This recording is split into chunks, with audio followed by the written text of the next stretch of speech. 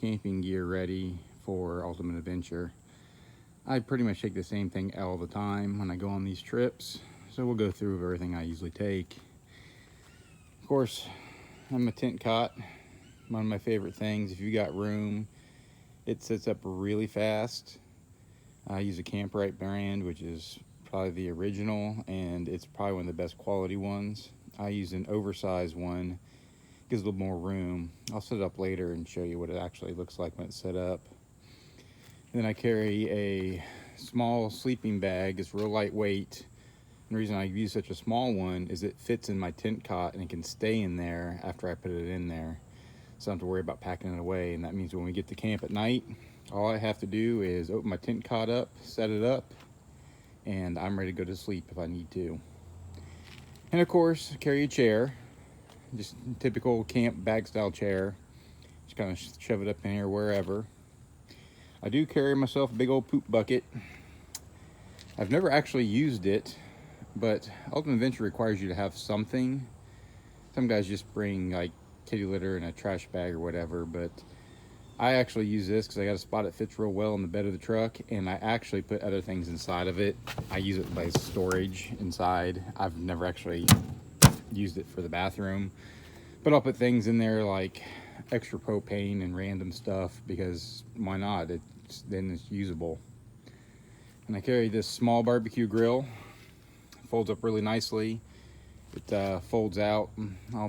I might show you how that folds out later, but it's nice to have if you got time to actually cook something at night. I use it quite a bit actually. And then of course we have my big camp box with all the stuff. We'll go through that here in a minute. I carry a 5-gallon water jug and a siphon hose for it. So I have water to wash my hands, wash my face, wash cooking utensils, all that stuff. I always carry a large tarp. And with that tarp also, I carry rope and like tent stakes. And the reason for that is, if we know it's going to be raining at night, I will set up a ridge line between two trees with the rope pulled really tight.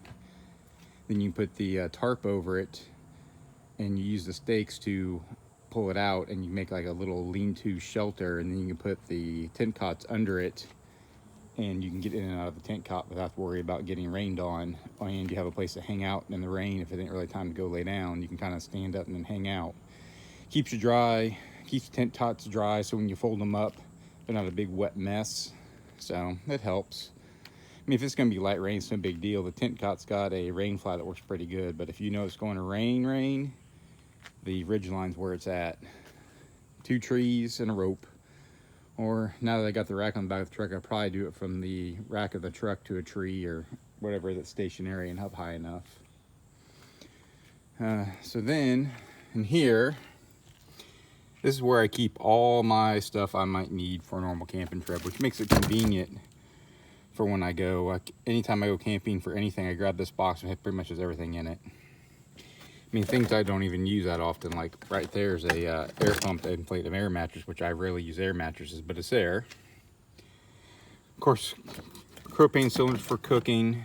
And the bottom here is that's an old Coleman stove, propane stove. I've got these to clean with, aluminum foil, because I use aluminum foil a lot when I camp. I tend to wrap up food and put it on top of the engine and warm it up during the day and eat it for lunch. Or you can wrap things up and cook them next to a fire. I mean, aluminum foil is used a lot, at least with me. Tent fan. It's got a little hook. I can hang it up in the thing. It's rechargeable. And it has lights built in it too. Pretty nice little setup. Gallon Ziploc bags. Because even when I use the fridge, I take a lot of things out of the package and put them in there because it takes up less room. And you don't have to worry about it leaking or spilling in the fridge. Of course, there's more utensils down here and a grill brush. I always bring peanut butter with me. I don't know why, because I end up never eating it, but I always have it just in case. Same with some of this canned food in here. Like the canned chicken, if you have tortillas, which is another little thing, If you don't mind using tortillas instead of bread, it packs so much nicer, and you can't really smash tortillas like you can a loaf of bread, so works nice. And with the canned chicken, you can use it with a little bit of salsa and cheese, wrap it up and wrap it in aluminum foil again, and either put it on the engine or next to a fire, and you have a nice little warm little meal to eat. And, you know, random spices, lighter fluid for, you know, lighting the grill. If need be, hand warmers, mustard, random stuff. This box is my actual cooking stuff. A couple of pans, some plates, random seasoning, a brush to clean the utensils with, knives, forks, all that kind of general stuff. Basically all the actual cooking stuff's in that box. And also in this box, when we go grocery shopping for the trip, what we'll do is all the dry goods, like if you get any kind of bread or chips or anything like that, will also go in this box. And of course it closes up. I'm not going to tell you it's 100% watertight, but I've never gotten it to leak water in it. And then when I have it, I put it up on this side of the truck, which I'll show in a minute. I'll kind of put everything where it belongs to give you an idea of how everything packs up in this truck. If I don't have it, here's the fridge, which I always run a fridge also. And I'll show you where I put all that later in a minute. But that's basically the stuff that I carry. In a little while, I'll try to go through the toolbox too and show you some of the stuff I carry. But now I'm gonna set my tent cot up, show what that looks like when I'm done, make sure everything's good to go there, and go through a few more things. I'll be back in a minute. Well, there's my tent cot all set up. It's a Camprite oversize. And the difference between the oversize and the standard is the oversize has these upper tent poles, holds it up higher, and it's also a tad bit wider and tad bit longer, and it has those extra legs at the far end. The standard tent cot doesn't have those legs, and it's flat and a little bit narrower. That's what my son has. He's a standard one, but this one is a lot roomier for me. I can stay in the normal one, but I'm more comfortable in this one. And like I said before, I use a really lightweight sleeping bag, and I just have a lightweight extra blanket just in case, and a travel pillow. All the stuff will fold up inside this tent cot. So when I get to camp, all I have to do is literally unfold this and I'm ready to go. And I can unfold this tent cot in a couple of minutes by myself, no problem. I never actually timed it, but it's pretty fast. And there is the rain fly for it, which I'm not going to put on right now. It's dry and it's good, but that goes over top of it.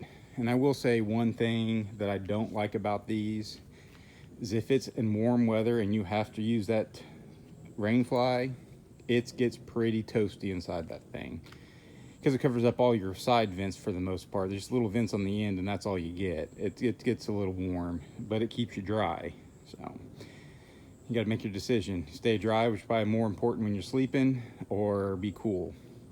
And that comes back to if I know it's going to rain a bunch with the tarp, which I've put there, and the ridge line and everything. So you're open air and keeps you dry. So this is where I put a lot of the stuff. So there's the camp box I talked about earlier. It sits on this side of the bed. The tarp for making shelter goes underneath of it. Sometimes I bring a water jug that'll sit right there for drinking water. There's my little poop bucket up there. Sits in that corner, no problem. There's where the grill will sit. The fridge sits right there in front of the tire between the CO2 tank and the grill there. And I have a plug on the side that's fed with some 4-gauge wire from my auxiliary battery to power the fridge. And then down this little cubby hole, I don't know what you're gonna be able to see down in here. That's where I have my oil and my coolant. You can see through this little hole here too. This year I'm going to use a bag to put all my dirty clothes up in that front corner. Traditionally, I've used like a trasharoo on the tailgate. I don't want to deal with it this year, so I'm going to try to put all my dirty clothes up in that front corner in a bag. And that's what I used to use my trasharoo for. I never used it for trash. I used it for dirty clothes and shoes. So that's the plan there. And I do carry a shovel and a split axe that I hardly ever use, but it takes up no room, so I bring it. Normally back here there is a thing of lava soap in a little soap box, so I can wash my hands real easy. Tent cot sits on top of the spare tire, and the second tent cot for passengers is on top of it. The side over here is where I put our duffel bags for clothes, sits right there. And then the whole thing, I throw a canvas tarp over it with a net that's made out of bungee cord to hold it all down. So everything stays pretty dry. Don't have to worry about tying anything down super hard, and it all stays in there real well. All right, let's go through some of the stuff I carry in my toolboxes here. Of course, I have my big tool bag. That has pretty much a full set of 1/2 inch, 3/8 and 1/4 inch drive sockets, ratchets, a few extensions, screwdrivers. You get the idea. A few other little odds and ends like some Allen bits and, you know, things like that. Carry some ratchet straps, 1/2 inch impact, my impact driver with a 3/8 bit. I'll have an extra battery, I haven't carried that yet in here. Charger for the batteries, zip ties, bottle jack, oil mat. Down in there, I don't know if you can see it, there's a blue tarp. That blue tarp is to lay on the ground with. So if you got to crawl underneath the truck and it's muddy or wet, you can take that tarp and throw it down and you crawl underneath on it. There's that power probe I talked about in the last video that I have. So that's pretty much what's on this side. Oh, and there's a torque wrench and a big breaker bar over here too. And hidden up in this corner where you can't see it along the back is a machete that I carry and I've hardly ever used, but I carry it with me anyway. Then on the other side, jumper cables. There's like PB blaster type stuff, brake clean, where I carry my spare master and slave for my clutch. Various electrical connectors and wire right there. Wood block comes in handy more than you think. Extra shackles, just odds and ends. There's a quart of oil in there, some gear oil, a hose for the gear oil, some oil dry, random rags, and this drain pan here, which has been used before, is my little goodie container. It's got some high pressure fuel line in it, U-joints, random nuts and bolts, tire plugs, tire plug tools, caps for the hydro assist, just random things that you may need on the road. That's all up in there. And that's basically what I've got. I mean, I could take everything back out and really show you. There's some lighter knot in there, if you know what lighter knot is, to help start a fire. I carry that in there. And, oh, spare fuel pump, that's in here too. You know, all that kind of stuff. That's the basis of what I carry in here. Put this stuff back, see if I get the lid to close, because sometimes it's a real booger. If you look, it's got these extra little things that hang things on. Well, they hit stuff. This side I really can't use it. Yep, get that in the right spot. There we go. This side I have a siphon hose on it. And that's so I can siphon fuel out of my fuel tank to somebody else's if they need it. Because this truck's got a 40-gallon tank on it. So generally, fuel is not an issue. You know, I put something in here and they're gonna close now. I'll take that back out. So generally for me, fuel's not an issue. I can drive 300 miles very comfortably without really worrying about anything. So I might find a new place for that. Oh, there it goes. So I don't worry about fuel too much. And that antenna is for my VHF radio that we're all using now. So that covers most of it. Oh, there's a high lift jack over there. Don't use it very often, but it's one of those tools when you need it, you need it. Better than that, it's just kind of here. And of course my CO2 tank, which is a 20-pounder. And where I'm sitting is where the French goes. So that gives you a basic idea of where everything goes and what I carry. I know when I talked about the refrigerator, I said my auxiliary battery and how that's set up.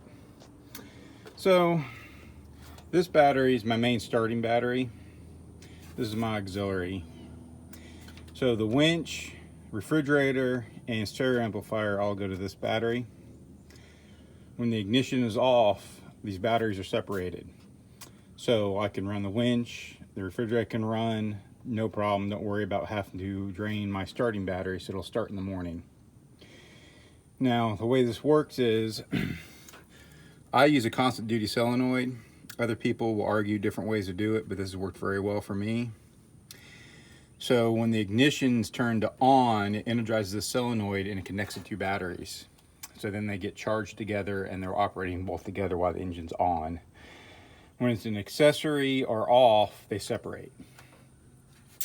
Now, another good thing about this is if the starting battery does go dead for some reason or goes bad, which has on me before, I can come up here with a screwdriver and you short it across from here to here and it'll energize the solenoid, and basically I can jump start myself off of this battery.